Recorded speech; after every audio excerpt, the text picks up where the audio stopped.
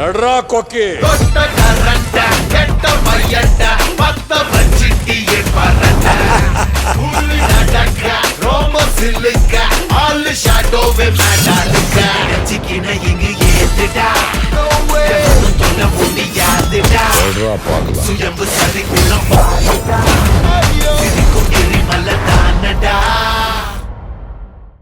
டேய் மாப்ள, எங்கடா போயிட்டு இருக்க? ஆனந்தி சொன்ன இடத்துக்கு கூட்டு போவான்னு பார்த்தா வேற எங்கேயோ கூட்டு போற.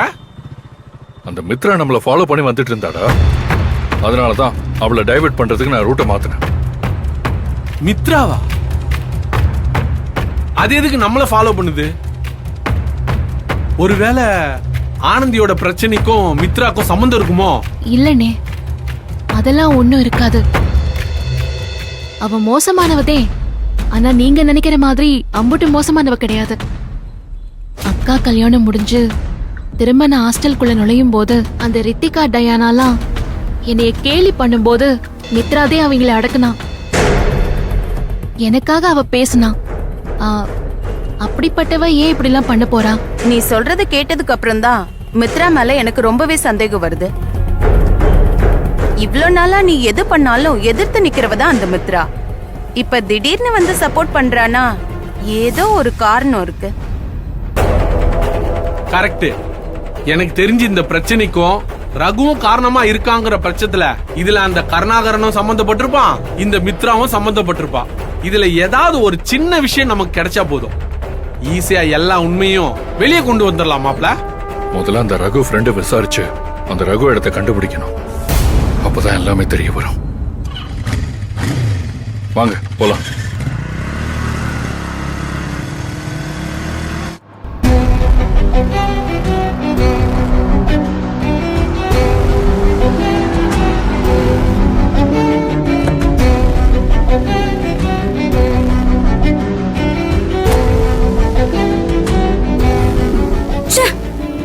எங்க போனாங்கன்னு தெரியலையே, மிஸ் பண்ணிட்டேனே.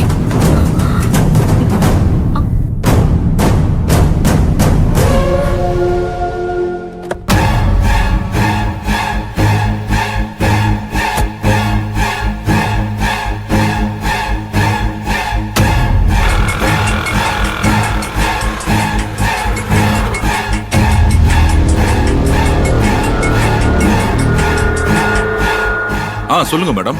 கருணாகரன், அந்த ஆனந்தி மறுபடியும் ரகுவை தேடி அலைஞ்சுக்கிட்டு இருக்கா. என்ன மேடம் சொல்றீங்க? மறுபடியும் அவ எதுக்கு ரகுவை தேடணும்? சும்மா காரணம் எல்லாம் கேட்காதீங்க கருணாகரன். அந்த ரகுவுக்கு போன் பண்ணல, போன் போக மாட்டேங்குது. நான் உங்களை நேர்ல பார்த்து பேசணும். நான் உங்களுக்கு இப்போ லொகேஷன் அனுப்புறேன், உடனே கிளம்பி வாங்க. சரிங்க மேடம், அனுப்புங்க.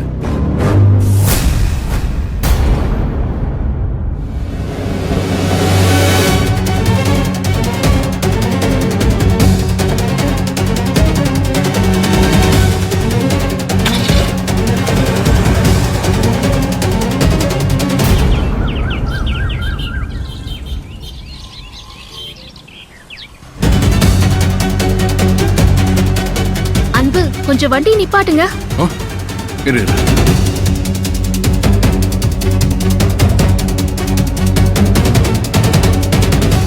இங்கதே அன்பு.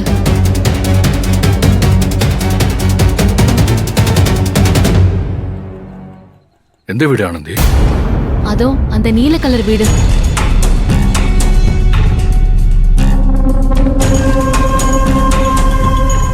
வா போலாம். சீக்கிரம் வா.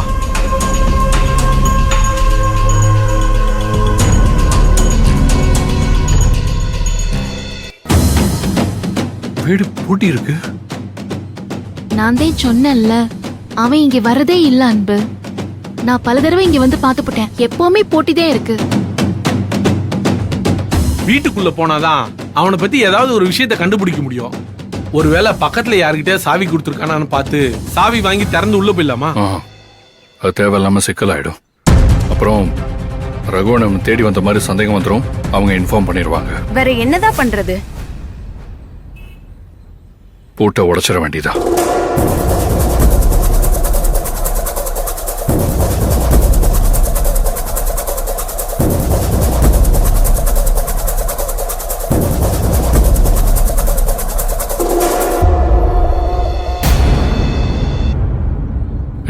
எல்லாரும் கொஞ்சம் மறைச்சு ஆ, நில்லுங்க. ஆ.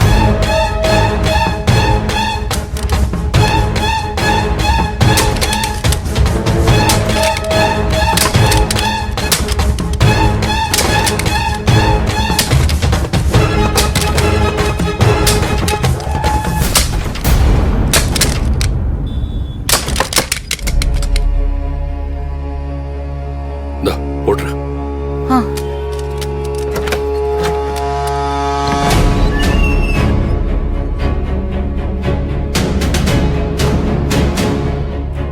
வா வா உள்ள வந்து கதை சாத்து.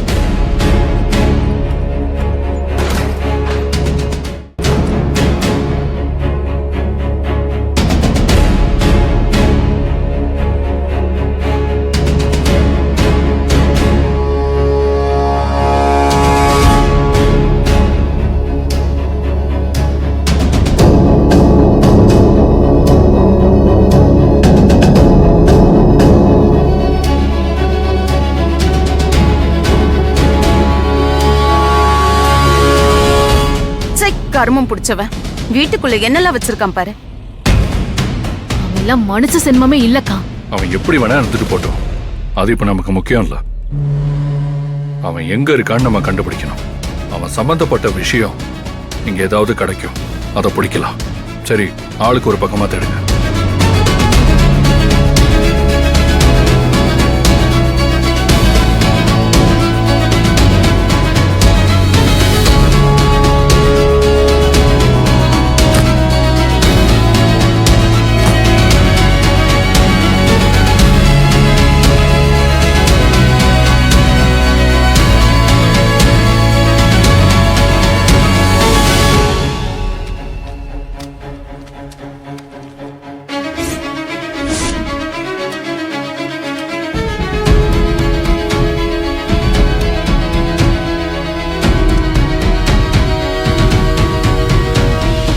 அன்பு, அன்பு இங்க வாங்கல. அன்பு, இதுல அவன் பேர் எழுதியிருக்குது.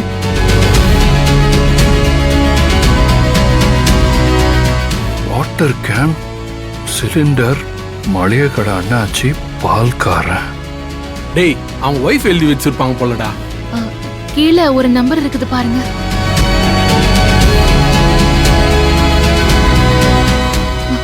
அன்பு, அது யார் நம்பர்னே தெரியல. எதுக்கு அந்த நம்பருக்கு கூப்பிடுறீங்க? அவன் சம்பந்தப்பட்ட யாராவது இருக்கலாம்ல.